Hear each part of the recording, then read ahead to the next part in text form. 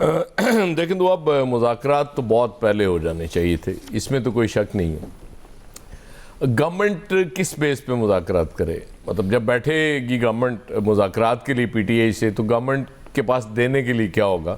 کچھ بھی نہیں ہوگا۔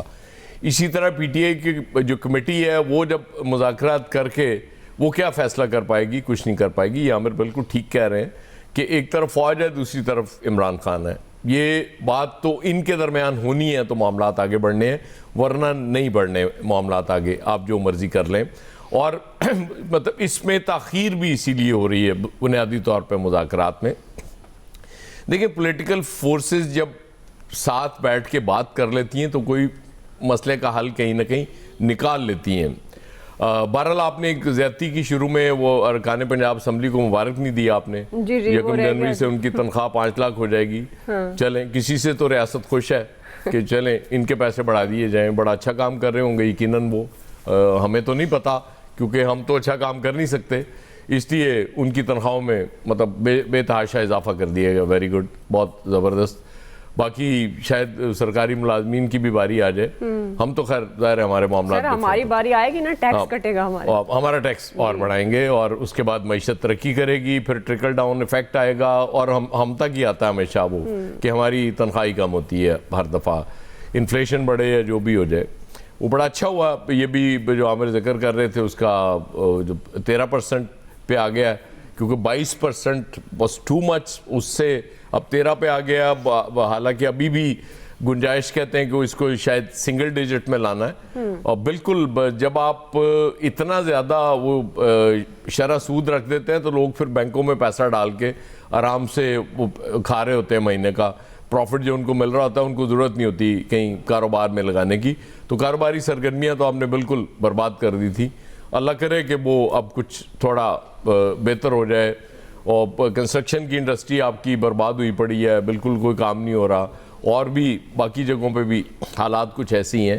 تو یہ چیزیں بالکل سموتھ تو نہیں کبھی بھی نہیں ہو سکتی، ظاہر ہے وہ مسائل رہتے ہیں، لیکن اگر کوئی پولیٹیکل وہ اسٹیبلٹی آ جاتی ہے، کچھ چیزیں کہیں اتفاق ہو جاتا ہے، مختلف پولیٹیکل پارٹیز بیٹھ کے یہ طے کر لیتی ہیں کہ ٹھیک ہے، میں نے آپ کو پھر مجھے بتانا پڑتا ہے کہ میں نے آپ کو یاد ہے بہت شروع میں کہا تھا کہ ابھی معاملات طے کر لیے جائیں کہ ٹھیک ہے یہ فارم 47 ہے 45 ہے جو بھی ہے، لیکن چونکہ آ جو گئے ہیں اب یہ، اس کا نقصان سب سے بڑا جو ہو رہا ہے نا دعا، آپ کے ادارے برباد ہو رہے ہیں، مطلب آپ کے ہسپتال برباد ہو رہے ہیں۔ ان حکمرانوں کو اب چونکہ یہ خوف ختم ہو گیا کہ ہم نے ووٹ لے کے آنا ہے دوبارہ، ان کو لگ رہا ہے کہ یہ فارم 47 ایک ایسی زبردست چیز ہے کہ یہ فارم 47 کے ساتھ ہم بنا کے رکھیں گے تو ہم دوبارہ بھی آ جائیں گے۔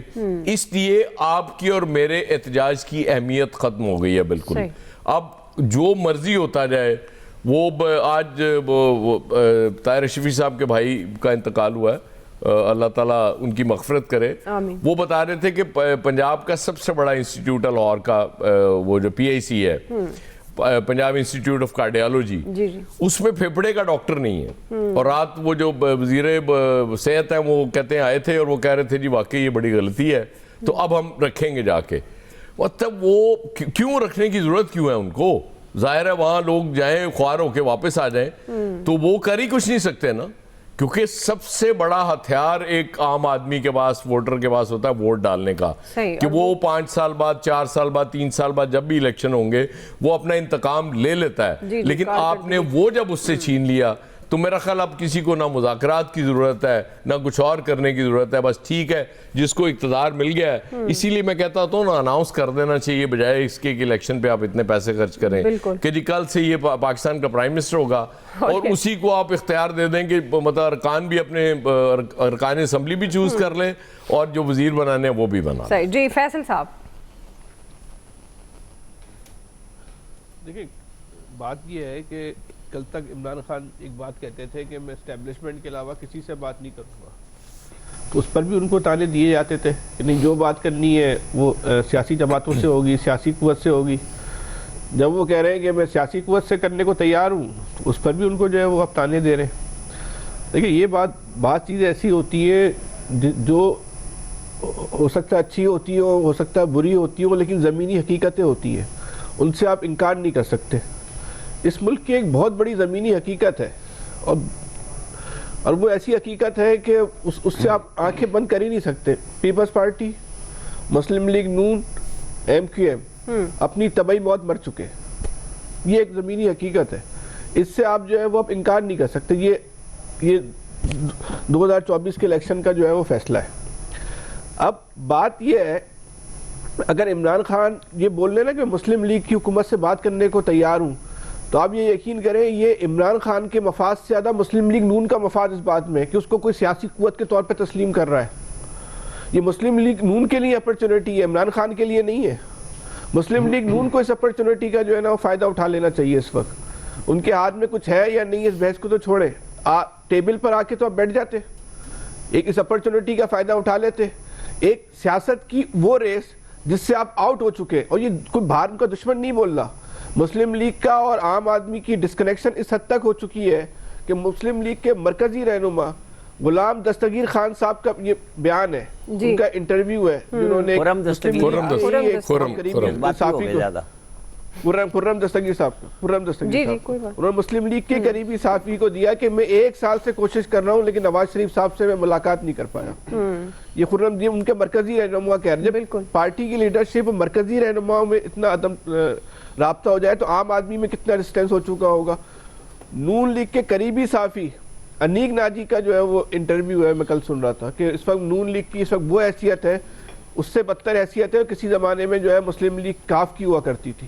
یہ ان کے مخالفین نہیں بول رہے, اور یہ ان کے خیر خواہ ہیں, یہ ان کو اچھے مشورے دے رہے ہیں کہ آپ ڈسکنیکشن نہیں کرو لوگوں کے ساتھ, لیکن آپ ڈسکنیکشن جو ہے وہ کر رہے ہیں. تو یہ اپرچونٹی تو دیکھیں ان کے لیے, ان کو جو ہے نا اس کو جو ہے نا وہ اویل کر لینا چاہیے. دوسری بات, ایک آخری بات میں کہوں, ایک فریم ہوتا ہے نا, اگر کوئی آدمی اس فریم میں رہنا چاہ رہا ہے نا تو اس کو آپ دھکے دے دے کے اس فریم سے آؤٹ نہیں کرو. عمران خان اگر پاکستان کے آئین کے فریم میں رہتے ہوئے اس بات کرنا چاہتا ہے تو خدا کے واسطے اپنی طاقت کا استعمال کرتے ہوئے اس فریم سے اس کو باہر نہ کریں. اس فریم سے اگر آپ نے عمران خان کو باہر کیا تو یہ اس کے اثرات اچھے نہیں ہوں گے. آپ طاقت کے زور پہ تو ہو سکتا ہے کہ آپ اس کام میں جو ہے کامیاب ہو جائے. اب وہ اس وقت کی جو عمران خان اگر کہتا ہے میں 5000 سال میں گزار لوں گا, تو بھائی نظر تو آ رہا ہے یہ وہی عمران خان ہے نا جس کے بارے میں اس 24 کروڑ عوام کی متفقہ رائے تھی, چاہے وہ عمران خان کا مخالف تھا یا اس کا حمایتی تھا, کہ عمران خان جو ہے وہ 1 دن بھی جیل میں نہیں گزار سکتا. یہ پوری قوم کی ایک اجتماعی رائے تھی. لیکن انہوں نے تو سارے اندازے جو ہے غلط ثابت کر دیے کہ نہیں بھائی وہ تو بالکل جیل میں ہے, اچھا آدمی ہے, برا آدمی ہے, کسی کو پسند ہے کسی کو ناپسند ہے, یہ ڈیبیٹ. لیکن جیل تو انہوں نے جو ہے کاٹ لی. نون لیگ کے مرکز جو رہنما خود اس بات کو کہتے ہیں میں جیل تو اس آدمی نے جو ہے وہ صحیح کاٹی. رانا ثناء اللہ کا بیان ہے, کسی اور کی بات نہیں کر رہا, رانا ثناء اللہ کا جو ہے نا وہ بیان ہے, میں جیل تو انہوں نے ہماری توقع کے برخلاف جیل کاٹی. یہ رانا ثناء اللہ نے بات کہی ہے. تو بہتر یہی ہے کہ اگر جو آدمی اس فریم سے نہیں نکلنا چاہ رہا, آپ کیوں چاہتے ہیں کہ ہر آدمی جو ہے نا پھر مارن بلوچ اور منظور پشتی کی سطح پہ جا کے کھڑا ہو جائے. آپ ایک آدمی کہتا ہے کہ آئین و قانون کے تحت آپ بات کریں تو کریں یار بات, جس کا بھی ہاتھ